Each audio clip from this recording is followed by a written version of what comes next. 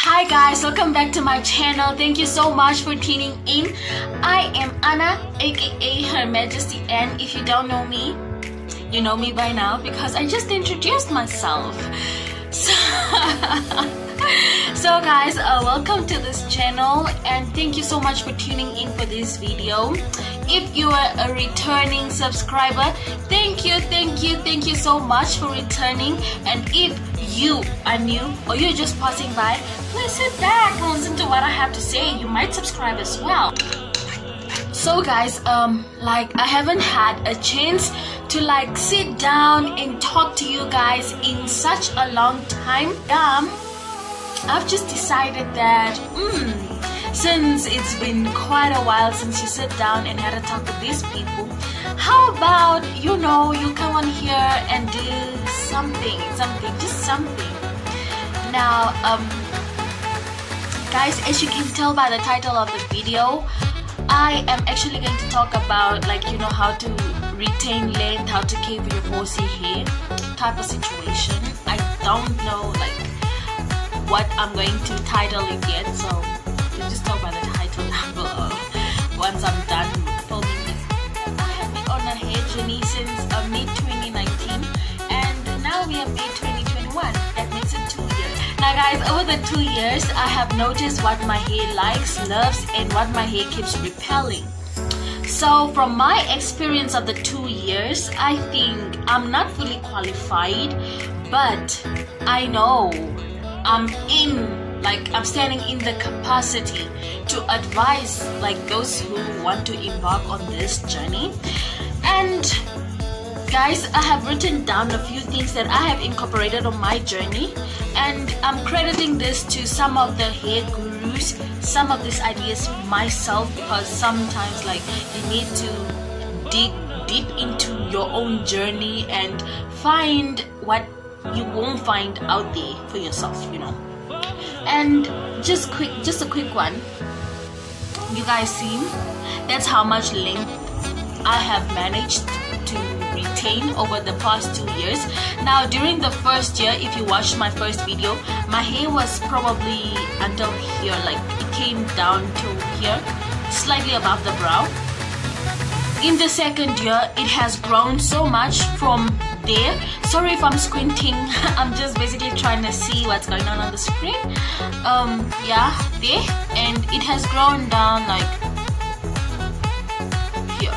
So in the second year, it means that I have retained much more length than I did in the first year. So with all that being said, now you guys know that really she has been on it. I wrote them down as I said, so if I'm going to be looking down here and there, just know that Mughal has short memory and there's no way that I'm going to remember almost everything. I tried putting it in order, but as time went on, sorry, I don't know what happened, it just went somewhere else. So I was just trying to jot down as I wash days. Now guys, wash days are very important. We need to wash our hair at least, not at least, when necessary. Actually, when necessary. I'm not going to limit you as to wash your hair once in a month, twice in a month, once every week. No, I'm not going to give you a limit. But when you know that no, my hair doesn't feel right, wash it. When you have gels and product overload in your hair and you can feel it, do wash your hair. Wash your hair when necessary. And when you do this, please do section off your hair, because your hair will get tangled and break. As much as the water is going to loosen the curls, it's also going to cause it to tangle as because now if you don't section it off and you're just washing it in one go, the hair will rub against each other, tangle and cause knots. And finally, shedding, unnecessary shedding. Do not use your shampoo more than twice. Do not apply it more than twice. Twice is enough, because I've noticed that most shampoos really dry out the hair completely. And yeah, this will make your hair to be brittle and it will break off. It's rare to find a shampoo that moisturizes and cleanses at the same time. So try as much as possible to wash your hair in sections. I've learned this the hard way. In my first year, I suffered with this so much. I thought that, no, you know what, I can do it in one go, it's faster and everything, but it's not worth it. Also, when you're conditioning your hair, for someone like me, like I also use my conditioner as a deep conditioner. Like I condition and deep condition with my conditioner. That's a story or whatsoever for another day. Now, when choosing a conditioner, please make sure that you're choosing a conditioner that is water-based, because conditioners, like the first ingredient of the conditioner should actually be water. Yeah, because like conditioners that do not have water is the first ingredient, or conditioners that weigh down your hair. Basically, when you put them on, you can feel that your hair like has gained kilos, like kilograms, more kilograms. It weighs heavier on your head, and you can feel it. Basically, that conditioner is weighing your hair down. And I've noticed with such conditioners, your hair is actually like right after the wash and all that, your hair is not really conditioned. I don't know, it's just the formula of the conditioner that makes you think that, okay, this conditioner is creamier and it does this and it does this, but then right after the wash day, you'll notice that your hair is rough. Ooh, it's just not how it should be. The conditioner won't condition it actually. When it comes to drying off like your hair, if it's possible, please do let your hair air dry. And if you feel like, no, you're in a rush, in a hurry, do not use a normal cotton towel. The fabric that I'm talking about that you can use is like, if you're in Africa, like I know, I'm talking to my African girls right now, that we use like to polish our wood furniture, and that type of material, that's the one that you're supposed to use. Or use your t-shirts. Appliances, very important. Heat appliances can damage your hair, whether you used it once or whether you're using it consistently. Now, remember when using the heat appliances and stuff, the heat will damage your hair, as it's like breaking bones in order to get your hair straighter for the curly hair girls.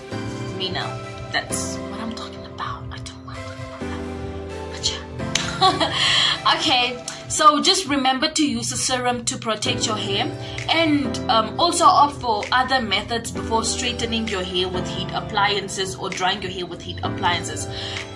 Please do allow your hair to air dry instead of using a dryer if possible, or if not possible, if you want to straighten your hair and do other styling methods on your hair, like using curling irons, straighteners, and all those other methods, please do try African threading first, or just like get 3-strand braids the night or the day before, and then the next day when you're like finally styling your hair and all that, it will be easier for you like to straighten your hair or do whatever styling it is that your hair requires.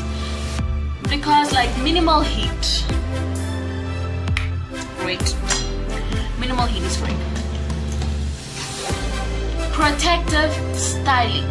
Now, protective styling is when you put your hair away so that you don't constantly have to deal with it, thus break it and reduce your chances of retaining more length. So you put your hair away, right? You tuck it away in braids or in a bun or just under the wig, whatever it is that you're using.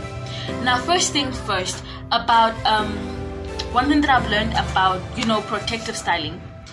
Before I did my big chop, I was that girl who like would keep my hair in, like my braids in, for 1 month, like more than 1 month, 2 months to 3 months. I've been there.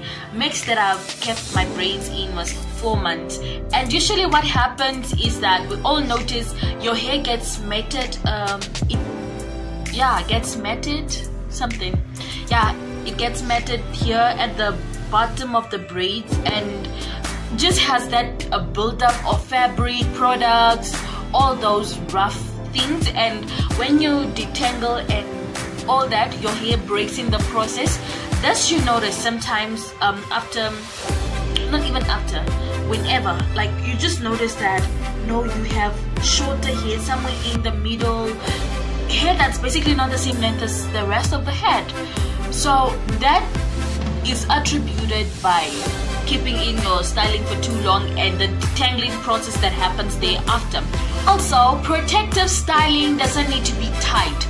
You know, like whenever, like I've seen this most of the time when people are getting fitting braids, fishtail, you know, the micro braids and stuff, it pulls so much hair out. Like the more pressure is exerted on a certain area or part of the scalp, it encourages your hair to, like, you know, uproot itself, because like your hair will basically, your hair follicle will give in to the pressure and just be uprooted. You shouldn't have to take painkillers in order to relieve pain just because you got your hair braided. Beauty is not pain. My motto, beauty is not pain.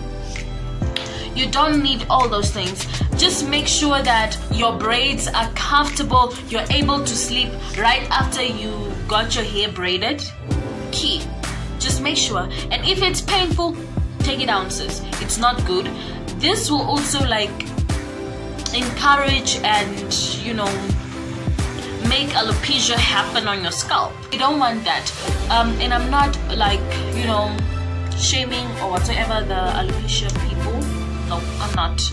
I'm just advising for those who are not being it. Because yeah, I remember there was a time, I think I was in grade 8. Yeah, I was in grade 8 and my aunt did my hair, my mom's cousin, and she did my braids so tight that when I don't know what it was that I was doing, but basically the braid that was right somewhere here near my edge here, I don't know, somehow it just uprooted itself with my hair in it. So I had a bald patch right there for, imagine, since 2014, and it just grew back like 2017. It took a long time to grow back, really, and to this day sometimes I'm still conscious of it. I check that part and it still feels like the hair didn't totally grow back. So just be careful of what protective styling that you're getting. It's always good to ask someone like who got this style before, like how did it feel, like how much pressure was, you know, exerted by the braids, or, you know, ask people about their hairstylist. Like if they go like, no, you know what, my hairstylist doesn't do my braids so tight I can slip there after, get recommendations to go to that hairstylist. Please do. If you like different hairstyles at different times and you just can't, you know, keep looking the same the whole week or so, do get wigs. I advise you do get wigs, or like do get a crochet, because you constantly styling your hair, putting gel in your hair, gel will dry out your hair, you know, the comb running through your hair will break your hair. Excessive styling is not advisable. Not here, sis. We're trying to retain length and volume, so please do get something to play with. Get a wig. Thank you. I'm going to touch on retaining moisture. Now remember, moisture overload is something, and when moisture is like your hair is over moisturized, your hair can break too. So be careful. And I never had moisture overload, so I cannot really advise anyone on that, but I can advise people because I struggle to retain moisture. I can advise all of you, like not all of you, some of you on that, because I know some of you are better than me when it comes to this. In order to retain moisture, you need to, like on wash days, like you need to detox your scalp. Detox your scalp and allow the other products to come on and, you know, just like get into the hair follicles and moisturize the hair from within. tip number 1.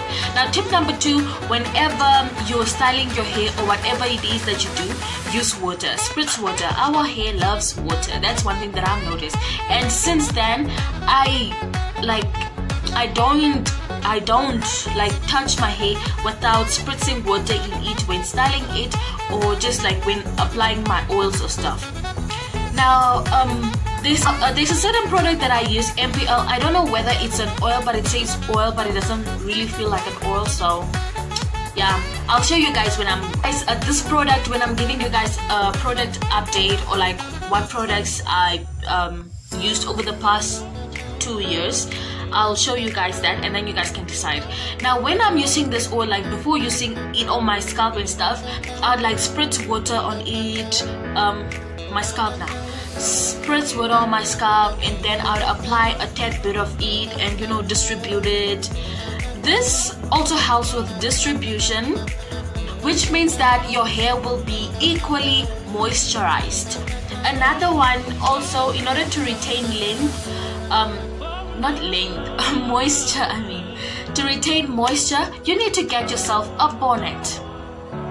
Now getting yourself a bonnet, we all notice like it might rub off on the bonnet or the head scarf, but it's I feel like whenever I oil my scalp and I don't put something on my head, and I just use my satin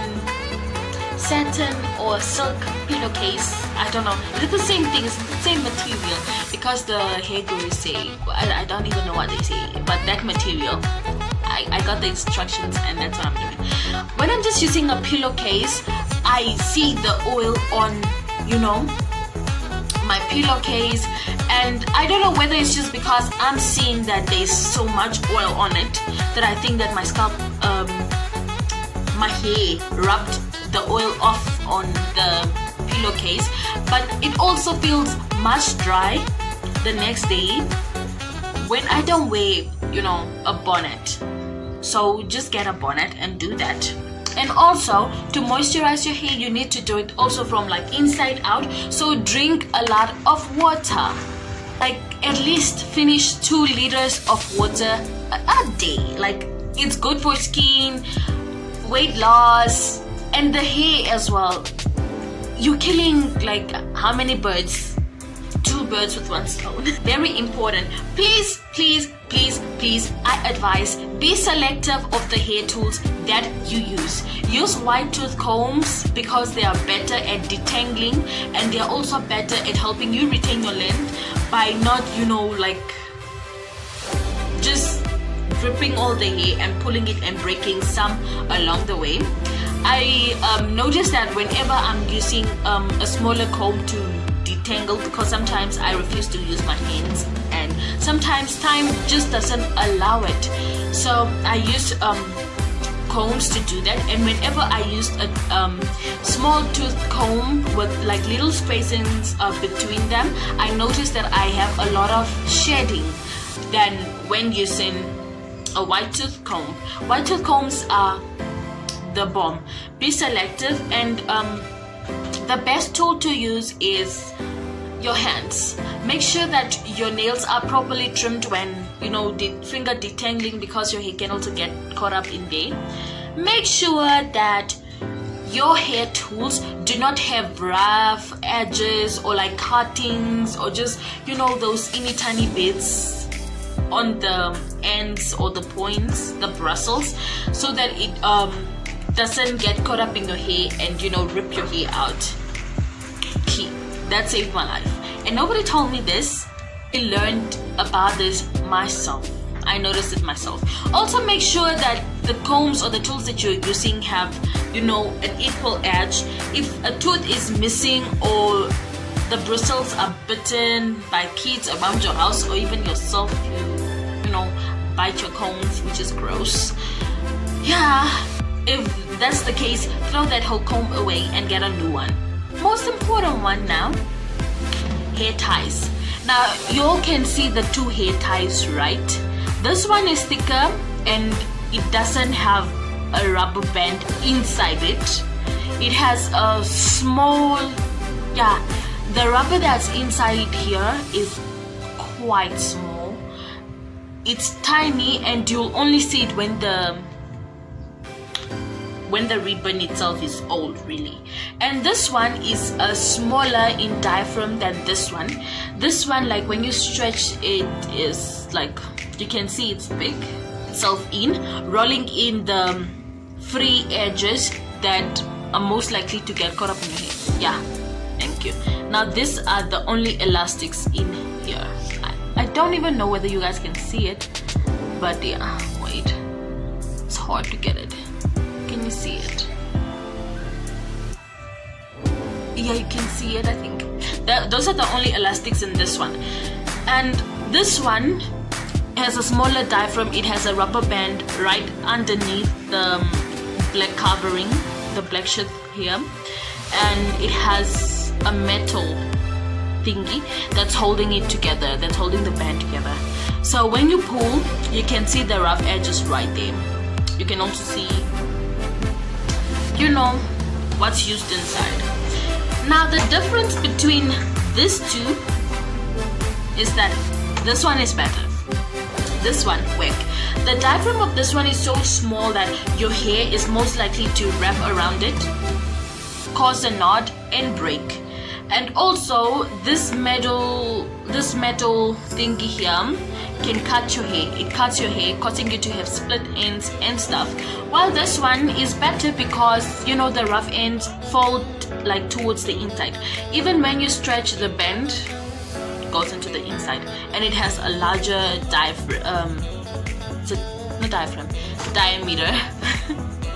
Yeah, diameter is larger here than here.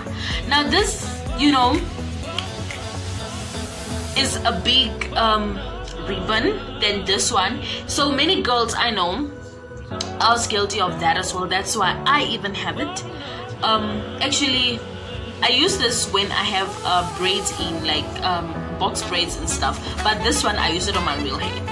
Now this is better to use on your hair because, I don't know, I'm going to take so long explaining this, because your hair will obviously get cut, and this one, it's not. It saves, like, I've noticed that whenever I use this one, my hair doesn't get tangled around this, but this, it does. So also choose your hair accessories with a better taste to the health of your hair, you understand?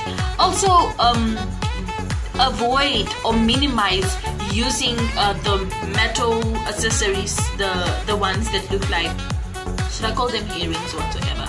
Yeah, those ones, because they chop your hair.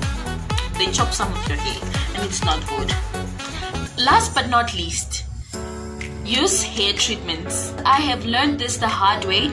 I advise you to use onion juice on your hair. It's a protein treatment and it strengthens your hair so much. It does wonders. I've stopped using it during my first year of like this journey, because during the last journey that I was on, I've noticed that, you know, onion juice does dry out my hair, and so this time I've tried doing it differently by, you know, using banana and honey to replenish the moisture that I've lost from doing the, you know, protein treatment. So whatever treatment that you come across that you try and you find that it's good and beneficial for your hair, please do try that. Don't forget to try organic goods because they are good for your hair. And also, ultimately, don't forget God on this journey. Like, I can't stress this enough. God is your creator and He will answer your prayers if you come to Him humbly and ask Him for, you know, a certain thing with specified reasons. He will do it for you. Like, I've asked Him with my own personal reasons as to why I want long hair, and you know, like in the second year, that's basically when I've noticed that only God can make your hair grow. You can do the most and you won't see results if God is not involved, because some things just go beyond, or like they're just beyond human ability. So yeah, he will grant you wisdom on what to do and what not to do so that you retain that length or get the result that you want. So guys, thank you so much for tuning in. I know I have been rushing over this topic, but I didn't want to make a lengthy video. I wanted to have it all in one setting so that you guys don't have to, you know, waste your data and go part 1, part 2, part 3. No. So I wanted to do it in one setting. Thank you so much for tuning in, and I hope that through what I've said, you've realized something, one or two, or you have decided to pick up one of the advices that I've given that you will heed, and it will help you like on your journey. I can't say this enough. Like, thank you so much for stopping by. Thank you so much for my subscribers, and if you're not yet subscribed, please don't forget to subscribe and turn on your notification bell so that you get notified whenever I post a new video, because sometimes I really go for a while, like a month, not always more than a month, but yeah, sometimes I do go mute and then I come back. So just keep that on so that you are notified when I post. And also don't forget to share the video, don't forget to comment, and also like the video. Thank you so much guys. Until next time.